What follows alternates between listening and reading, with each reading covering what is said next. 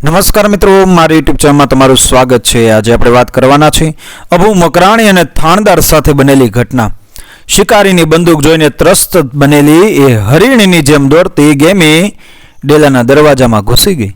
અંદરને ઓટે ગડાકોની તડપલી મસળતો અબુ મકરાણી હજી તો કાંઈ પૂછે ગા છે કે ડેલાનું બારણું વાસવા ઊભો થાય પહેલાં તો ગેમીએ જ જોશભેર ગળક બારીનું બારણું પછાડીને વાસી દીધું અને ઉપર આગળો ચડાવી દીધો। લોહારની ધમણની જેમ ગેમીની છાતીમાં શ્વાસ ધમાતો હતો। નસકોરા ફૂલીને ફૂંફાડા મારતા હતા, ડોળા ચકળવકળ ફરતા હતા।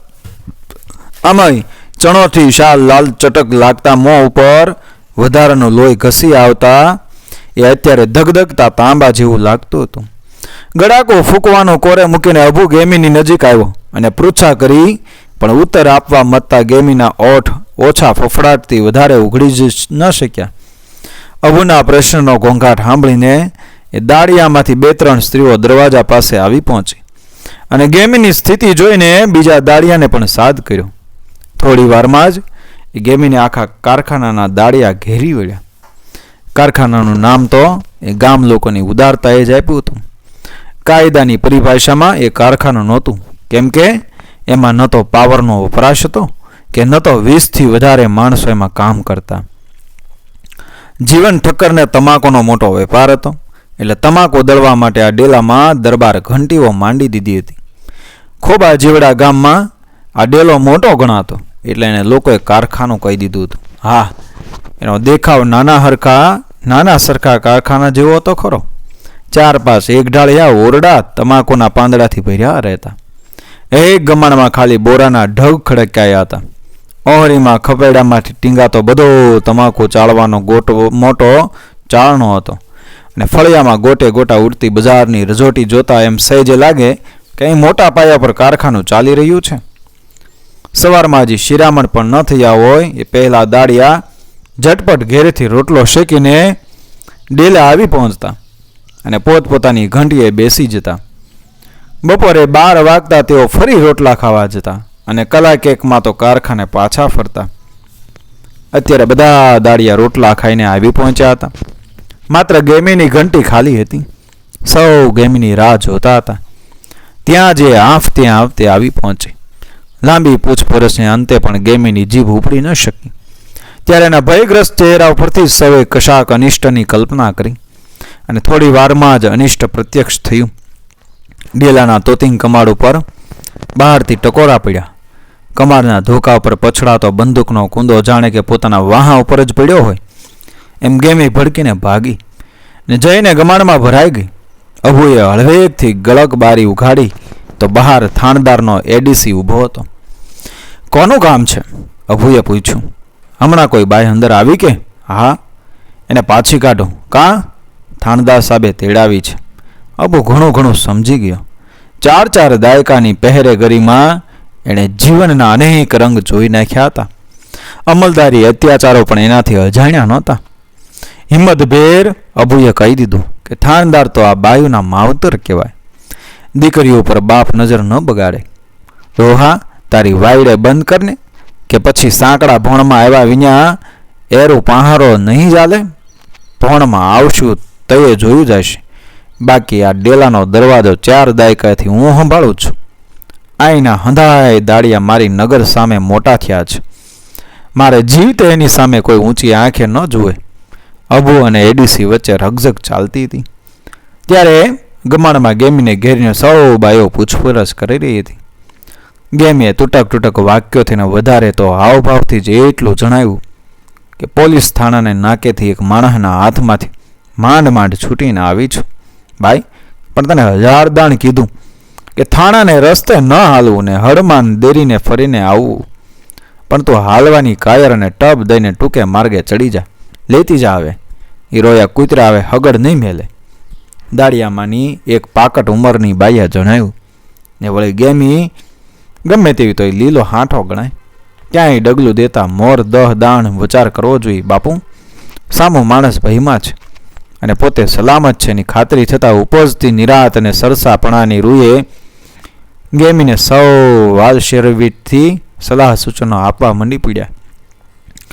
આ દરબારી ગામમાં રહેવું કાંઈ રમત વાત નથી। બાપુ, પગનો અંગૂઠો જીમીમાં ઢાંકીને હાલવું જોઈએ. કોક નખ વાળી જાય તોય એનો હગડ ન મેલે. આપણા પૈંડના જ 5 આંગળા ખરા હોય, તેમાં કોકનું શું હાલવાનું હતું? આપણા પૈંડમાં તેવડ જોઈ, એવીને હંધુય ખોટું. આમાંની કઈ સલાહ શિખામણ ગ્રહણ કરવી અને કઈ ન કરવી એ જ ગેમીને સમજાતું નહોતી. એને સાચું આશ્વાસન તો અબુ મકરાણીએ આપ્યું. થાણદારના એડીસીને ગાળ દઈને વળાવ્યા પછી દરવાજે આગળ ઠાઈને એ ગેમી પાસે આવ્યું અને સતત ધ્રુજતા હાથનો પંજો ગેમીને વાહે મૂકીને પિતાની જેમ એણે અભય વચન આપ્યું. અબુ જાતનો મકરાણી હતો અને દાડિયા સૌ હિન્દુ હતા, પણ અહીંના શ્રમ જીવનમાં કોમી ભેદભાવને ભાગ્યે જ કોઈ પીછાણ્યા હતા. સૌની સરખી જ દરિદ્રતાએ અરસપરસ એવી તો આત્મીયતા ઊભી કરી હતી કે એમાં કોઈ ગેરકોમનો આદમી છે એવો ખ્યાલ સુદ્ધા ઉદ્ભવી શકતો નહીં. બહુમતી લઘુમતી કોમ, આત્મનિર્ણયનો અધિકાર કે પક્ષીય રાજકારણના પ્રશ્નો કરતાં અનેક ગણો વધારે એ અગત્યનો અને તાત્કાલિક ઉકેલ માંગતો પ્રશ્ન તે પેટના ખાડા પૂરવાનો હતો. પેટના અર્થકરણ પાસે રાજકારણ જાણે કે વામણું અને વહરું લાગતું હતું. સમદુખિયામાં જ હોઈ શકે એવી આત્મીયતા અબુ ડોહાએ ગેમીને રક્ષણની ખાતરી આપીને સ્વસ્થ બનાવી. તે દરમિયાનમાં તો ડેલાના દરવાજા બહાર 3 બંદૂકધારી સંત્રીઓ ગોઠવાઈ ગયા હતા. 2 દોકડાના મકરાણી પહેરેગીરે થાણદાર જેવા અમલદારની માંગણી ઇનકારી હતી. એનો રોષ 3 સંત્રીઓની આંખમાં ભભૂકતો હતો. હમણાં કાં તો આખા ડેલા સામે તોપો મંડાશે ને કારખાનો પાડી પાદર કરી નખાશે એમ લાગતું હતું. પણ થાણદાર એવા ઉતાવળિયા નહોતા. એમને સાપ મારવો નહોતો, તેમને લાકડી પણ ભાંગવી નહોતી. એમણે કારખાનાના માલિક જીવન ઠક્કર કનેથી કામ કઢાવવાની પેરવી કરી. થાણદારે પાસો તો આબાદ નાખ્યો હતો. જીવન ઠક્કર 1000 ગુનાના ગુનેગાર હતા. બહોળા વેપાર ધંધામાં અને મોટી ધીરધારમાં એમને અનેક કાળા ધોળા કરવા પડતા. આજ સુધીમાં એમની સામેના સંખ્યાબંધ તહમતો ભીના સંકેલાયા હતા અને બીજા એટલા જ હજી તાતી તલવારની જેમ માથા ઉપર લટકતા હતા. આ બધી લટકતી તલવારો એક સામટી જીવન ઠક્કરના માથા ઉપર મૂકી દેવાનો થાણદારે મોકો સાધ્યો. જીવન ઠક્કર સમક્ષ 2 વિકલ્પ આવી ઉભા. કાં તો પોતાના કારખાનાના દાડિયાની ઇજ્જત લૂંટાવા દેવી ને કાં પોતાની. આમાંનો બીજો વિકલ્પ તો એમને કેમે કર્યો પોસાય તેમ નહોતો. એમણે ઓછું અનિષ્ટ પસંદ કર્યું. દુકાનેથી વાણોતર સાથે અબુ મકરાણીને સંદેશો મોકલ્યો કે ડેલાના દરવાજા ઉઘાડી નાખો. તે પહેલાં તો અબુએ અગમચેતીથી ઠાંસેલા બારણા ઉપર તોતિંગ ભોગળ ભેડી દીધી હતી. હવે થાણદારનો બાપ આવે તોય ઝખ મારે છે એવો નિરાંતનો શ્વાસ ખેંચીને એ તડપલી લેવા બેઠો. ત્યાં તો થાણદારના બાપને બદલે શેઠના વાણોતરે જ બહારથી સાદ પાડ્યો. અબુએ દરવાજા કે ગળક બારી કશું ઉઘાડવાને બદલે બારણાની હાંધમાંથી જ વાતચીત કરવાનું મુનાસિબ માન્યું. વાણોતરે શેઠનો હુકમ પાઠવ્યો. અબુએ ચોખ્ખું ને ચટ સંભળાવી દીધું. આબુના જીવતા એમ દરવાજો નહીં ઉગડે.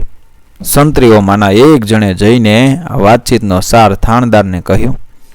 થાણદાર ધુઆ થઈ રહ્યા. હવે તો વાત વટ ઉપર ચડી. વધારે કડક હુકમોને વધારે માણસો સાથે સંત્રી પાછો ફર્યો. દાડિયા કામે વળી ગયા હતા, પણ સૌના પેટમાં ફડકો હતો. કામ તો બધું રોજિંદે રાબેતે યંત્રવત ચાલતું હતું, પણ સૌના માનસમાં જુદી જુદી પ્રક્રિયાઓ ચાલી રહી હતી. માત્ર હાથ આદતને વફાદાર રહીને ફરજ બજાવી જતા હતા. વર્ષોની એ આદત હતી. ચાળનાને આમથી તેમ હલાવીને તમાકુ ચાળ્યા કરતી. ઘંટીના ચક્કર ઉપર ચક્કર અવિરત પીસતા જવા. ઘંટીઓના હાથાનો પથ સતત વપરાશે ઘસી ઘસીને વચ્ચેથી સાઠીકડા જેવા કરી નાખ્યા હતા. એ જ પથ્થરના પડ અને એ જ માંચીઓ અને નાકમાં છીકણી પેસ્તી અટકાવવાના એ જ મોં બાંધણા. દાડિયા દિવસ આખો એકબીજાને પનારે પડ્યા હતા. મોં પર બુકાની સમા ધૂળ ધમાસણથી રજોટાયેલા મેલા મોં બંધણા બાંધવાથી એ નમણા મુખ બેડોળ બનતા લાગતા. પણ આ દાડિયાઓની રસદૃષ્ટિ અને સૌંદર્ય દ્રષ્ટિ બંને વાસ્તવ દર્શન સાથે તડજોડ સાધી ચૂકી હતી. મોં બંધણાનું બેડોળપણું કે ભયંકરતા એમને સાવ સદી ગયા હતા. દિવસ આખો કસ્તર તમાકુની ઉડતી ડમરીએ ઓગરાળા બનતા માથાનું દર્શન પણ સામાન્ય થઈ પડ્યું હતું. અને આ બધા ઉપરાંત સમગ્ર વાતાવરણમાં ઠોસાઠોસ રહેતી તમાકુની વાસની ભયંકર ઉગ્રતા પણ આ જીવોને કોઠે પડી ગઈ હતી. એમને તો હવે આ ઉગ્ર વાસ એ જ પ્રકૃતિ હતી. ડેલા બહારની સ્વચ્છ હવા વિકૃતિ હતી. એકબીજા સમદુખિયાના અતિ પરિચય એમનામાં અવજ્ઞા ઉત્પન્ન નહોતી કરી. ઉલટું શ્રમ જીવનના લાંબા સહવાસે એકબીજાને લોહી લગા બનાવ્યા હતા. એકને દુઃખે સૌ દુઃખી થતા, એકને સુખે સૌ સુખ અનુભવતા. દરેક વ્યક્તિના જીવનની રજે રજ વાત સૌ સહકાર્યકરો જાણતા હતા. કોઈએ કશું છુપાવવા જેવું રાખ્યું નહોતું. ક્યાંય દિલચોરી નહોતી, ક્યાંય યશમપોશી નહોતી. કેમ કે આ કારખાનામાં કશું લૂંટી ખાવાનું નહોતું. કોઈએ આવકમાંથી મેળીઓ બાંધવાની નહોતી. કાયા તોડીને કામ કરી પેટિયા રળવાનો આ પરિશ્રમ હતો. આ સૌ દાળિયામાં ગેમી જુવાને હતી. ઘણા વર્ષથી એને છીકણી ખાંડવાનું એના પડિયા વાળવાનું કામ ફાવી ગયું હતું. વળી મોટેરા દાળિયાની હૂફ પણ એને હતી. ધીમે ધીમે સૌ વાતોએ વળી ગયા અને લાગ્યું કે ગેમીનો શ્વાસ હવે હેઠો બેઠો છે. ત્યાં જ ડેલા બહારથી એક સંતરીની બૂમ પડી. અભલા, ડેલામાંથી જુવાન હોય ને જટ બહાર મોકલી દે, નગર હંધાઈનું આજે આવી બન્યું સમજજે. આદેશનો શબ્દાર્થ તેમજ ભાવાર્થ એક એક દાળિયાના હૃદય હોહરો પહોંચી ગયો. એકબીજા સાથે જ જીભ વડે નહીં પણ આંખની ભાષામાં જ વાતચીતો શરૂ થઈ. અને બધી વાતચીતનું મધ્ય બિંદુ ગેમી બનવા લાગી. કેમ કે સૌમાં જુવાન તો એકમાત્ર ગેમી જ હતી. આ આંખોના જે ભાલા ગેમી સામે નોંધાતા હતા તે સાચા ભાલાની અણીઓ કરતાંય વધારે અસહ્ય હતા એમ ગેમી અનુભવી રહી. વાતાવરણ એવું તો બહાર જલ્લું થઈ ગયું કે દરેકના માથા ઉપર જાણે કે મણમણની શિલાઓ તોળાતી ન હોય. માંડ માંડ જીભ સળવળતા ધીમા ધીમા કાનસુરિયા શરૂ થયા. શું કરવું હવે? કરે શું બીજું? રાજનો હુકમ છે એ તો શૂળીએ ચડાવે. હા ભાઈ, સત્તા આગળ શાણપણ શું કામ આવે? પીટળીઓ થાણદાર છે જેવો, સાવજને એનો ભખો બાળવો સારો, નકર પેટનો દાજો ગામ આખાને બાળે. હા ભાઈ હા, એકને ભારે હંધાઈને બુડવું પડશે. સૌ જીભેથી કાયા રખી પામરતાનું નફ્ફટ પ્રદર્શન થઈ રહ્યું. અબુ મકરાણીજી દરવાજે બેઠો બેઠો બહારના સંત્રીઓ સાથે માથાફોડ કરી રહ્યો હતો અને ભીડેલી ભાગોળ બરોબર સાબુત છે કે કેમ એની વારંવાર તપાસ કરી જોતો હતો. થોડી વારે જ્યારે ડેલા ઉપર ગોકીરો વધતો સંભળાયો ત્યારે ફરી દાળિયાઓએ પોતાની પામરતાનું પ્રદર્શન કરવા માંડ્યું. બહુ તાણી તૂટે, ઝાઝા તંતમાં માલ નહીં. રાજા વાજાને વાંદરાઈ ત્રણેયને રીજીવાજ ભલા. રૂઠે તો એના જેવા ભૂંડા કોઈ નહીં. ગેમ આ બધી શાણી સલાહ સાંભળતી જતી હતી અને એનો જીવ કટકે કટકે કપાતો હતો. એને કાંઈ કે કાંઈ કયા ધારણ હોય તો એ અબુ મકરાણીની હતી. એ ડોહાના ઈમાન અને ઇન્સાનિયત ઉપર ગેમીને ઇતબાર હતો. માત્ર ગામમાં જ નહીં પણ પંથક આખામાં થાણદાનની રાડ હતી. એની સામે લોકોનો કાળો કકળાટ હતો. થાણદાનને જ્યારે કહેવામાં આવ્યું કે અબુ મકરાણી ડેલો ઉઘાડવાની ના કહે છે ત્યારે એમનું સ્વમાન ઘવાતું લાગ્યું. જીવન ઠક્કર ઉપર વધારે દબાણ થયું. જીવન ઠક્કર એક તો કાછડિયા કોમના વેપારી માણસ અને એમાં દરબારી અમલદારોનું દબાણ થયા પછી શું બાકી રહે? જીવન ઠક્કરના મનમાં ધકબક બોલવા માંડી. બીજું તો કાંઈ નહીં, પણ ભૂલે ચૂકે કોઈ પોલીસનું માણસ ડેલામાં દાખલ થઈ જશે તો ગેરકાયદે હંગરેલો માપબંધીનો કેટલોક માલ છતો થઈ જશે. એની પણ એમને પીડા ઉપડી. વાણોતરને મોકલીએ કશું નહીં વળે એમાં સમજીને જીવનશેઠ જાતે જ કારખાને આવ્યા. અબુ ડોહાને ગળગબારી ઉઘાડવાનું કહ્યું. શેઠને જાતે દરવાજો ઉઘાડવા આવવું પડ્યું છે એમ જ્યારે દાળિયા લોકોએ જાણ્યું ત્યારે તો એમના ક્ષોભને પાર રહ્યો નહીં. એક ગેમીને જ કારણે સૌને આટલું સહન કરવું પડે છે એ વાત મોઘમ રીતે ઉચ્ચારવા લાગી અને છેવટે સૌ મનમાં તો ક્યારના વિચારી રહ્યા હતા પણ બોલતા જીભ નહોતી ઉપડતી. એ આદેશ બની શકે તેટલા ધ્વન્યાર્થમાં રજૂ કરી દીધો. સમજો તો સાનમાં સમજી જાય. એને આટલું કહેવા પણ હોય? શેઠ જેવા શેઠ હાટ છોડીને અહીં સુધી આવ્યા છે. ગેમી હવે વધારે સાંભળી ન શકી. બધો જ રોષ ભેગો કરીને પહેલી જ વાર એણે મોં ઉગાડ્યું. મને કહેવા આવ્યા છો પણ તમારામાંથી જ એકાદી જણી જેવું જ આવતો હોય અમારું જાવું કાંઈ ખપ આવે એવું હોય તો અમે તને કહેવા વાળશે ના જોઈ.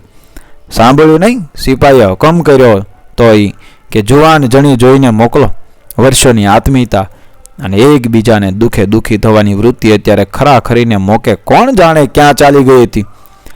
દાળિયા વચ્ચે જ્યારે આવી રકઝક ચાલતી હતી ત્યારે જીવન ઠક્કરને અબુ મકરાણી વચ્ચે મોટેથી બોલાચાલી શરૂ થઈ ગઈ હતી. જીવન ઠક્કર માલિક તરીકે, અબુના પાલનહાર તરીકે દરવાજો ખોલવાનો હુકમ કરતા હતા. અબુ માત્ર ઈમાન અને નેકીની રીતે દલીલ કરતો હતો, પણ ઇન્સાનિયત જેવી કોઈ ચીજને ન પીછાણતા જીવન ઠક્કર પોતા ઉપર તોળાઈ રહેલી તલવારોની જ ચિંતા કરતા હતા અને અબુને ઉતાવળ કરવાનું સૂચવતા હતા. છેલ્લા દાવ તરીકે તેમણે અબુને એના આશ્રિતપણાની યાદ આપી. હા, અબુ દાયકાઓથી આ ડેલાનો આશ્રિત હતો ખરો. એની દાઢમાં જીવન ઠક્કરનું અન્ન હતું એ વાત પણ ખરી, પણ એ અન્ન આવી ભ્રષ્ટ બુદ્ધિ પ્રેરતું અને પોષતું હશે એ હકીકતનો એને કદી ખ્યાલ નહોતો. અન્નદાતાનો આદેશ અને ઇન્સાનિયત બે વચ્ચે ભીંસાઈ રહેલા ભોળા આદમીએ હૈયા ઉકલત અનુસાર એક માર્ગ શોધ્યો. શેઠ, જરાક વાર ઊભા રહેજો, હું ગળગ બારી ઉઘાડું છું. અડધો રોટલો ખાવા જેટલી વાટ જુઓ ને પછી બારીને ધક્કો મારજો. અબુની આ ઉદારતા જોઈને જીવન ઠક્કરનો ઊંચો શ્વાસ હેઠો બેઠો. એની સૂચના મુજબ અડધો રોટલો ખાતા વાર લાગે એટલી વાર સુધી જીવન ઠક્કર બહાર થોભા અને આ મકરાણી શી કરામત કરે છે એ જાણવા ઉત્સુક બની રહ્યા. દાળિયા હજી પણ ગેમીને એ જ શાણી સલાહ આપતા હતા. સમજુ તો સાનમાં સમજી જાય. કાન ફાડી નાખે એવો ધડાકો દરવાજામાંથી સંભળાયો. જીવન ઠક્કરે ચોંકી ઉઠીને ગળગબારી પર જોરથી પાટું લગાવ્યું, પણ ગળગબારી તો ઉઘાડી જ હતી.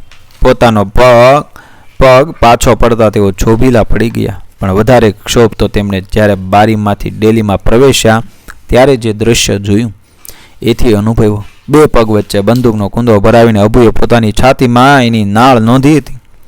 એના આંગળા બંદૂકના ઘોડા ઉપર હતા. જીવન ઠક્કરે ઘાંઘા થઈ જતા નજીક જઈને અબુના હાથમાંથી બંદૂક છોડાવવા વ્યર્થ પ્રયત્ન કરી જોયો. હા, વ્યર્થ પ્રયત્ન, કેમ કે બંદૂકનો ઘોડો દબાઈ ચૂક્યો હતો અને આ જૈફ આદમીની છાતી વિંધાઈને વાહમાંથી ડૂચો નીકળી ગયો હતો. કારખાનાની સંપત્તિના રક્ષણાર્થે માલિકે વસાવી આપેલી બંદૂકે બીજા કોઈએ નહીં તો બંદૂકે તો પોતાની ફરજ બરોબર બજાવી હતી. બીજું કાંઈ નહીં તો એ ઇન્સાનિયતના એક ઉપાસકને ધર્મ સંકટમાંથી તો એ બંદૂકે મુક્તિ અપાવી જ હતી. મિત્રો, વિડીયો પસંદ આવ્યો મારી ચેનલ સબસ્ક્રાઈબ કરો, ફોલો કરો, શેર કરો. મળી આવી જ ઘટનાને પ્રેરણાદાયક વાર્તાઓ સાથે આગળના વિડીયોમાં. બન્યા રહેજો મારી ચેનલ સાથે. જય શ્રી કૃષ્ણ. રાધે રાધે.